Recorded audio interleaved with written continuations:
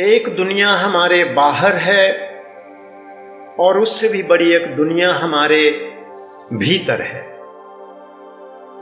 हमारी बाहरी भौतिक दुनिया उन वस्तुओं, व्यक्तियों, घटनाओं और परिस्थितियों की दुनिया है जिनका हम अपनी रोजमर्रा की जिंदगी में लगातार सामना करते रहते हैं। हमारी भीतर की दुनिया हमारी सोच, हमारे विचारों, हमारी भावनाओं, हमारे सपनों, हमारी उन इच्छाओं और हमारी उन कल्पनाओं की दुनिया है जो हम निरंतर अपने दिमाग में रचते रहते हैं। हालांकि हमारे बाहर की दुनिया पर हमारा बहुत अधिक नियंत्रण नहीं है और हमारे भीतर की दुनिया हमारी अपनी है, लेकिन फिर भी हम अपनी इस भीतर की दुनिया से बिल्कुल बेपरवाह हो अपनी बाहर की दुनिया में ही खोए और उलझे रहते हैं, जबकि हम अपने विचारों, भावनाओं, सपनों, इच्छाओं और कल्पनाओं को बदलकर अपने भीतर की दुनिया को नया रूप दे सकते हैं और इस तरह हम अपनी आंतरिक दुनिया में बदलाव लाकर अपनी बाहर की दुनिया को भी एक अधिक सार्थक दिशा दे सकते हैं। तो अगर हम अपनी भीतर की दुनिया को नियंत्रित करना सीख जाएं, तो अपनी बाहर की दुनिया पर हमारा नियंत्रण बहुत आसान हो जाएगा। इस तरह बाहर की दुनिया में कुछ हासिल करने के लिए जो भी शक्तियां, साधन और सामर्थ्य हमें चाहिए, वह सब हमारे भीतर से आता है। हमारा सारा इकट्ठा किया ज्ञान, हमारी समझ, हमारा विवेक, हमारा साहस और हमारा आत्मबल, यह सब कुछ हमारे भीतर से ही आता है। लेकिन यह हमारी भीतर की दुनिया फिलहाल अभी टूटी फूटी, बेसिर पैर की, बेलगाम और बेकाबू है। तमाम तरह के उथल पुथल से भरी पड़ी है। निश्चय जाने कि जब तक हमारे भीतर की दुनिया का उथल पुथल शांत नहीं होता, तब तक हमारी बाहर की दुनिया का उथल पुथल शांत हो पाना बहुत मुश्किल है। क्योंकि अपनी जिन शक्तियों का इस्तेमाल करके हमें अपने बाहर की दुनिया का उथल पुथल शांत करना है, वे तो भीतर हैं और घायल हैं, बिखरी और बटी पड़ी हैं। हमारे पास वे नकारात्मक विचार हैं जो हमें निराशावादी और भयभीत बनाते हैं। हमें वे नकारात्मक भावनाएं हैं जो हमें क्रोधित और दुखी करती हैं। हमारे पास ऐसे नकारात्मक सपने हैं जो हमें निराश और हतोत्साहित करते हैं।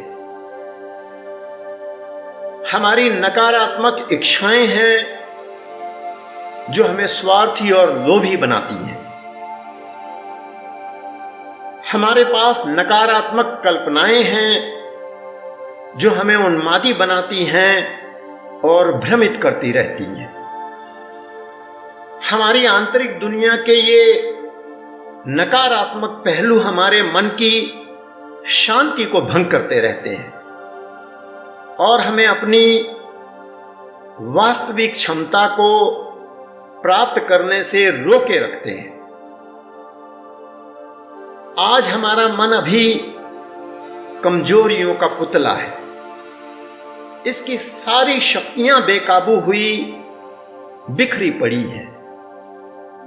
हाथी जैसा ताकतवर मन चूहे जैसा कमजोर, डरपोक और लाचार हुआ पड़ा है।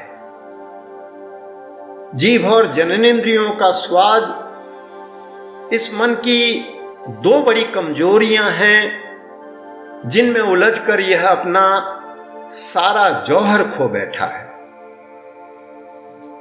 अपनी फुर्सत का ज्यादातर समय यह तितलियों की तरह इस फूल से उस फूल पर कूदने फांदने में खत्म कर देता है। तृप्ति कभी होती नहीं, बस जीवन भर नए नए स्वाद की तलाश में भटकता फिरता है। यह उन कामुक सुखों का आदी हो जाता है जो अस्थायी संतुष्टि तो देते हैं लेकिन दीर्घकालिक पीड़ा का कारण बन जाते हैं। यह अपने उन उच्चतर उद्देश्यों और लक्ष्यों की उपेक्षा करता है जो देते स्थायी खुशी हैं, लेकिन जिन्हें पाने के लिए सिर्फ कुछ ही समय के पर तात्कालिक बलिदानों की आवश्यकता होती है। लेकिन फिर भी हमारा यह मन उन बलिदानों के लिए कभी तैयार नहीं होता। इंद्रियों के सुखों का आनंद लेना कोई बुरी बात नहीं, अगर हम उनका मालिक बनकर संयम और स्वेच्छा से, अपनी मर्जी से और पूरे होश हवास में ये आनंद ले रहे हैं। बुरा है उनका गुलाम बन जाना। इंद्रियों की गुलामी हमें जीवन के सबसे निचले स्तर पर ले आती है, हमारे मन की सारी शक्तियों को बिखेर देती है, हमारी पूरी एकाग्रता को हर लेती है, हमें दुर्बल, निरीह, निकम्मा और लाचार बना देती है। यह हमारे आत्मबल और हमारे आत्मसम्मान को कम करती है। यह हमारे स्वास्थ्य और हमारी सेहत को नुकसान पहुंचाती है, हमारे रिश्तों को बिगाड़ती है और हमारी प्रतिष्ठा को दाग लगाती है। ऊपर उठकर जिस मन को महान बनना था, नीचे गिरकर वही मन गुलाम बन जाता है। यह हमारे अपने ही हाथ है कि हम अपने इस मन का इस्तेमाल कैसे करते हैं। जब हम अपने मन को साध लेते हैं तो इससे बड़ा कोई दोस्त नहीं, और जब हम इसे बेलगाम छोड़ देते हैं तो इससे बड़ा कोई दुश्मन नहीं। हमारा मन ही हमें देवता बनाता है और हमारा मन ही हमें जानवर बना देता है। फैसला हमारे हाथ में है कि अपने इस मन की बिखरी हुई शक्तियों को समेटकर हमें देवता बन जाना है या और नीचे उतरकर खुद को जानवर बनने देना है। हमारा मन बहुत बड़ी ताकत है, इतनी बड़ी ताकत कि इस दुनिया में हमारी मौजूदगी का एहसास तक हमारे इसी मन के कारण है। अगर हमारी ज्ञानेंद्रियां और हमारा मन न हो तो इस दुनिया का अस्तित्व ही हमारे लिए खत्म हो जाए। हमारा यह मन ही है जो ज्ञानेंद्रियों के द्वारा आने वाली सूचनाओं को ग्रहण करता है। पैदा होने से लेकर आज तक जो कुछ भी सूचनाएं और जानकारियां अपनी ज्ञानेंद्रियों के माध्यम से हमने इकट्ठी की और याद रखी हैं, वह सब सिर्फ इस एक मन की वजह से ही है। लेकिन यह सब कुछ हमारे मन की सोई हुई शक्तियों का 10वां हिस्सा भी नहीं है। इस मन की 4 मुख्य अवस्थाएं हैं। पहली है जागृत या चेतन, दूसरी है अवचेतन या अर्धचेतन, तीसरी है सुषुप्त या निद्रावस्था और चौथी है तुर्यावस्था। हमारे मन की ज्यादातर शक्तियां इस मन के ऊपरी सतह के निचले स्तरों पर सोई या दबी पड़ी है। जागृत अवस्था तब होती है जब हम सजग होकर अपनी बाहरी दुनिया में रहते हैं, अपने और अपने परिवेश के प्रति पूरी तरह से जागरूक होते हैं। जब हम लॉजिकली सोचते हैं, जब हम तर्कसंगत रूप से काम करते हैं, जब हम अपने सामान्य ज्ञान कॉमन सेंस का उपयोग करते हैं, जब हम नीति और नियमों का ख्याल रखते हैं, जब हम मर्यादाओं की परवाह करते हुए जीवन जीने की कोशिश करते हैं। अचेतन अवस्था तब होती है जब हम अपने और अपने परिवेश के प्रति आंशिक रूप से जागरूक होते हैं, जब हम सहज रूप से सोचते हैं, जब हम अनायास कार्य करते हैं और थोड़े से खोए हुए रहते हैं, जब हम अपनी मनोवृत्तियों से, अपने इमोशंस से प्रेरित होकर कार्य करते हैं, जब हम अपनी भावनाओं का अनुसरण करते हैं, अपनी अर्धचेतन अवस्था में हम आंशिक रूप से सुषुप्त आंतरिक दुनिया में रहते हैं। सुषुप्त अवस्था तब होती है जब हम सो रहे होते हैं या सपने देख रहे होते हैं और हमें अपने और अपने परिवेश के बारे में कुछ भी पता नहीं होता, जब हमें बाहर का बिल्कुल होश नहीं रहता। एक चौथी अवस्था भी है तुरिया या पराचेतन की अवस्था। अपनी तुरिया अवस्था में हम अपने अंतर्ज्ञान का उपयोग करते हैं, तब हम जीवन के सामान्य मानदंडों के पार चले जाते हैं, तब हम अलौकिक जगत में होते हैं। यह अवस्था हमारे ज्ञान और मुक्ति के लिए उपयोगी है, लेकिन यह हमारी अज्ञानता, आसक्ति, अहंकार और कर्मों के पर्दे के पीछे छिपी है। इस अवस्था को पाना थोड़ा दुर्गम और कठिन है।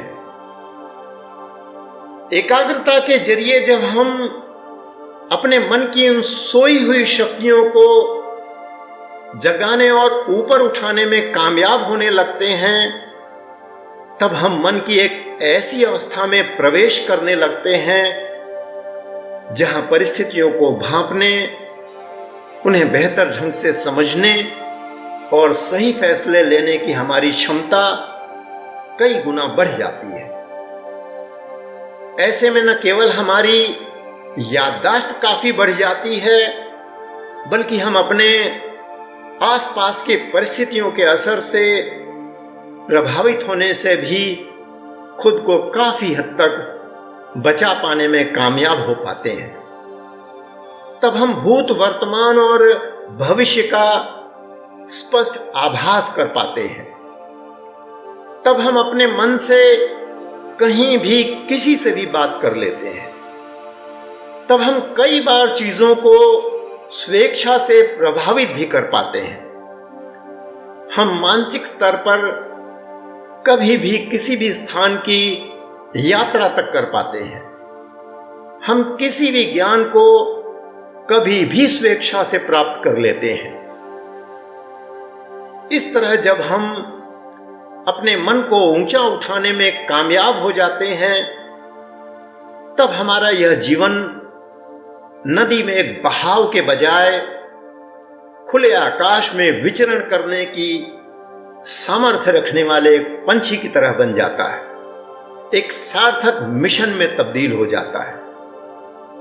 ऐसे में हमारे रोजमर्रा का जीवन तो बस बच्चों का खेल बन जाता है और हम अपनी सारी ताकत अपने जीवन के बड़े लक्ष्यों को हासिल करने में लगा पाते हैं। जो ऐसा करने में कामयाब हो पाते हैं, ऐसे लोग ही जीवन में महानता को प्राप्त करते हैं। वे अपने भाग्य विधाता बन जाते हैं वे मानवता के नेता बन जाते हैं, वे देवदूत बन जाते हैं।